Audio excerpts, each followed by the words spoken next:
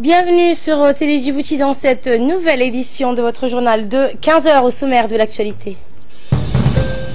Le président de la République, les 199 familles détruites dans l'incendie qui a frappé la commune de Balbala ont été relogées ce matin dans une cité neuve par le président de la République.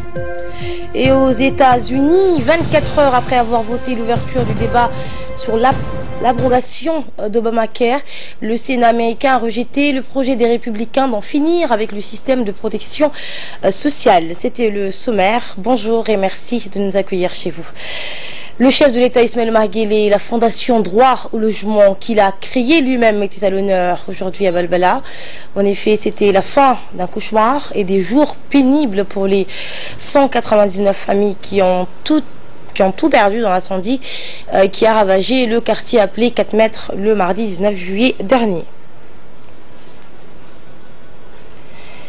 Eh bien, les familles de ce quartier comme étant les plus vulnérables ont reçu ce matin des mains du chef de l'État les clés de leur nouveau logement. Il s'agit d'abord des maisons en dur bâties dans une cité viabilisée. Un quartier complet comprenant une mosquée, un dispensaire, une école et un centre de formation professionnelle. Il s'agit de logements composés de 2 pièces mais extensibles à 3 qui a été octroyé sous forme de don à la fondation Droit au logement. À son arrivée, le chef de l'État a été accueilli par le ministre de l'Intérieur, Hassan Omar, qui est par ailleurs en charge de la coordination et la gestion de l'aide aux sinistrés de Balbala. Plusieurs membres du gouvernement et responsables civils et militaires, dont le chef d'état-major général des armées, Zakaria Cheikh Ibrahim, le préfet de Djibouti, madame le maire de Djibouti, le président de la commune de Balbala et les élus locaux, ainsi qu'une foule de heureux bénéficiaires, les principaux concernés, ont accueilli le président Guelleh.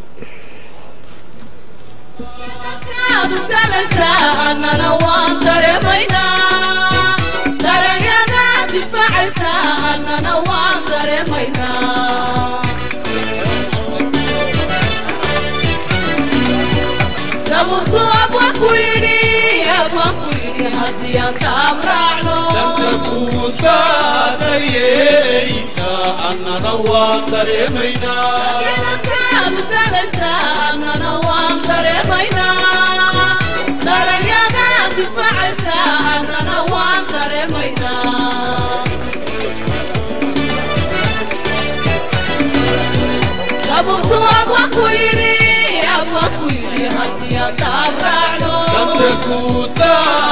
Membres du gouvernement, le ministre des Affaires étrangères, le ministre des Finances et ministre du Budget par intérim, M. Dias Moussa Dawale, le ministre de l'Énergie, Younis Ali Guedi, le ministre du Transport, Mohamed Radel Moussa Helam, la ministre déléguée au logement, Mme Amina Abdi et plusieurs responsables civils et militaires, le général de division Zakaria Cheikh Ibrahim, le préfet de Djibouti, madame le maire de la ville donc de Djibouti, Fatouma Ousmane Awale, le président de la commune de Balbala et les élus locaux ainsi qu'une foule en liesse ont donc accueilli le président de la République à son arrivée dans la cité destinée donc à ces familles sinistrées.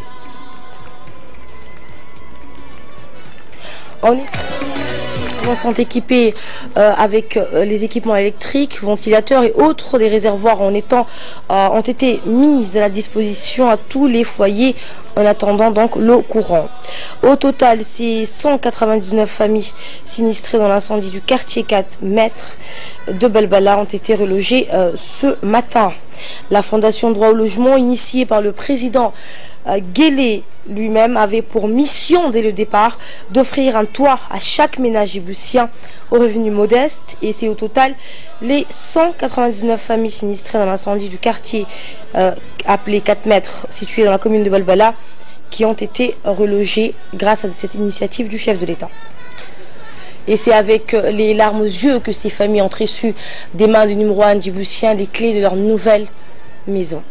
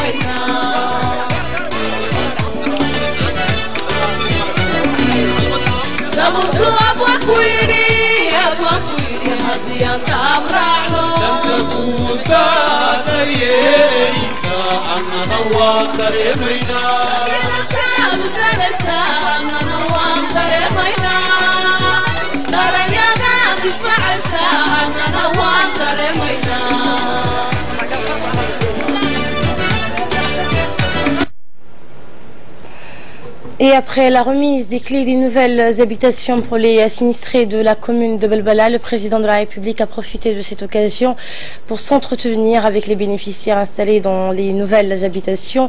Ils ont fait part au président de la République de leur satisfaction d'avoir bénéficié des nouveaux logements, mais aussi des aides de premier secours composées de denrées alimentaires, ustensiles de cuisine, matelas et couvertures. Suite à ces entretiens avec les sinistrés relogés, le chef de l'État a annoncé dans une interview accordée à notre chaîne son grand soulagement de voir le calvaire de ces familles. Je me suis engagé, a-t-il dit, à reloger ces 199 familles sans abri dans la fondation Droit au logement, destinée à offrir un toit à chaque ménage djiboutien aux revenus modestes, a précisé le chef de l'État. Ils en avaient besoin, ils sont fatigués, les familles étaient logées avant dans des écoles. Tout d'abord, ma joie est intense aujourd'hui pour la simple raison que les fruits de cette idée de faire cette fondation coïncident aujourd'hui à un moment où le réel besoin est présent dans cette catastrophe qui a fait donc de cette commune, de ce quartier. Sans le lancement de cette idée, qu'aurions-nous fait aujourd'hui pour loger ces familles, sinon se plaindre? Voilà, donc il était de notre devoir, a-t-il indiqué le président de la République, de responsabiliser, de reloger ces sans-abri, ce qu'a fait ce matin. Maintenant à eux de prendre soin de leurs nouveaux locaux. On l'écoute. ilaashadaan diintooda daafacdaan yani dowladoodana dugsadaan ayaa loo baahan yahay ambalyo. Et dans le reste de l'actualité, l'Union nationale des femmes djiboutiennes a abrité hier une séance de sensibilisation aux bénéficiaires du programme de denrées alimentaires. Objectif, informer les bénéficiaires le moyen à parcourir tel que la technique de transfert et de transaction via le téléphone et les conditions d'achat chez les détaillants. Mais aussi le moyen de sensibiliser les bénéficiaires que ces denrées consistent à prévenir sur la malnutrition des femmes enceintes et celles allaitantes des enfants de 0 à 2 ans. Cette formation de sensibilisation était destinée aux bénéficiaires issus de la commune de Balbala et de Belaès. Elle a été animée par les facilitatrices de l'UNIFD en charge du programme de lutte contre la malnutrition. Suivons le mot du représentant du PAM. Et aussi le Nomadcom avec la plateforme MDGF avec laquelle ça sera possible de compléter les achats, les transferts monétaires dans plus de 52 boutiques entre Boulaous et Balbala. Et juste pour retourner un peu aux objectifs de l'intervention du PAM et de ses partenaires, c'est vraiment lutter contre l'insécurité alimentaire dans les zones ciblées et redynamiser l'économie locale à travers les achats et surtout aussi développer vraiment le registre social. A dit qu'il y a une réunion d'évaluation pour sélectionner les meilleurs projets proposés par les équipes, par les jeunes de la région de Dikil s'est tenue hier matin à la salle de conférence de la préfecture de Dikil, et ce dans le cadre du projet sur l'entrepreneuriat des jeunes lancé avec la caravane intitulée entreprendre à Djibouti. Cette réunion a été présidée par le préfet de la région, Mohamed Cheikhou Hassan. Un comité mixte avec le responsable et spécialiste de la NIFIP ont étudié plus de 14 projets formulés par les jeunes prometteurs de la région. À cet effet, il a été retenu que les promoteurs des 6 meilleurs projets. Ces derniers seront encadrés et suivis par la NIFIP pour la consolidation des documents et le financement des projets. Rappelons que cette approche s'inscrit à la politique du chef de l'État pour lutter contre le chômage. Projet proposé par les jeunes diplômés de la région de l'unité, qu'ils soient des Mouloud, d'Assaïla, de Yébouki ou du chef-lieu de la région de l'unité. Donc à cet effet, nous remercions amplement le gouvernement à sa tête, le président de la République de Djibouti, son gouvernement, qui ne ménage aucun effort pour faire sortir la jeunesse, notamment ceux qui sont diplômés du chômage et de l'exclusion sociale. Et s'agissant toujours de la caravane de l'entrepreneuriat, cette fois au nord, à Tadjoura, le ministère du Travail, notamment la NIFIP, a lancé des programmes de formation entrepreneuriale au profit des jeunes diplômés et non diplômés souhaitant se lancer dans cette aventure dans les 5 régions de l'intérieur.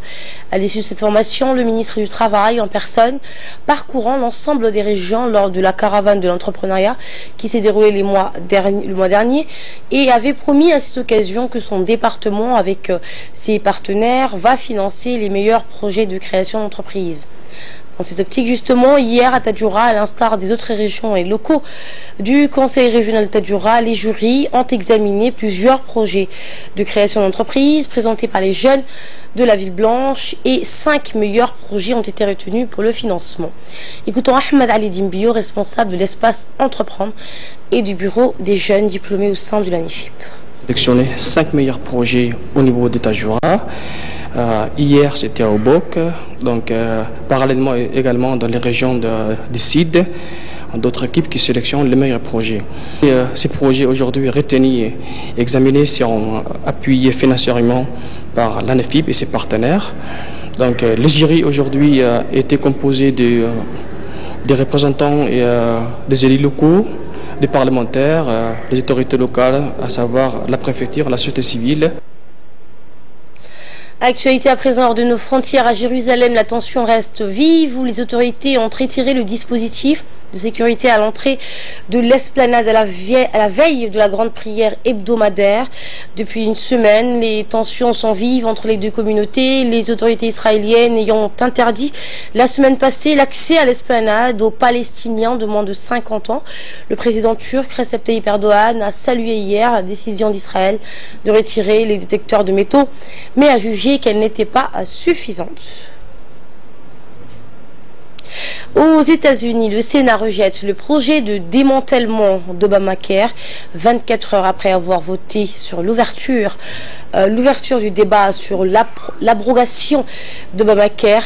Le Sénat américain a rejeté le projet des républicains d'en finir avec le système de protection sociale.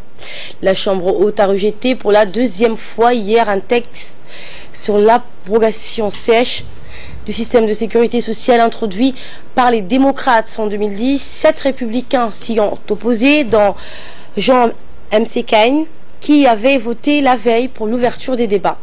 La majorité républicaine espère au moins parvenir à un démantèlement partiel avant la fin de la semaine, notamment donc annuler certaines obligations de l'Obamacare, par exemple celle faite aux particuliers de souscrire à une assurance santé et aux entreprises de proposer une couverture à leurs salariés. En meeting dans l'Ohio, Donald Trump a estimé qu'il n'était qu'à un pas de libérer les citoyens du cauchemar de l'Obamacare. Le président américain continue de faire pression sur les élus de son parti pour qu'ils avancent sur la réforme. Il a par ailleurs estimé que la sénatrice de l'Alaska avait laissé tomber les États-Unis en votant contre l'ouverture des débats sur l'abrogation. C'est le journal de la rédaction. Merci à vous de l'avoir suivi. Je vous retrouve dans une poignée de minutes pour le focus. Restez avec nous.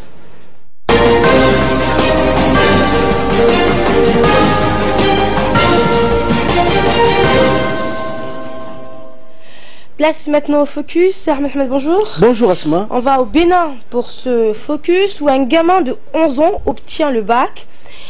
Peace Nikoué restera sans doute dans les annales scolaires du Bénin. Il était le plus jeune candidat au baccalauréat dans son pays. Il en est sorti admis.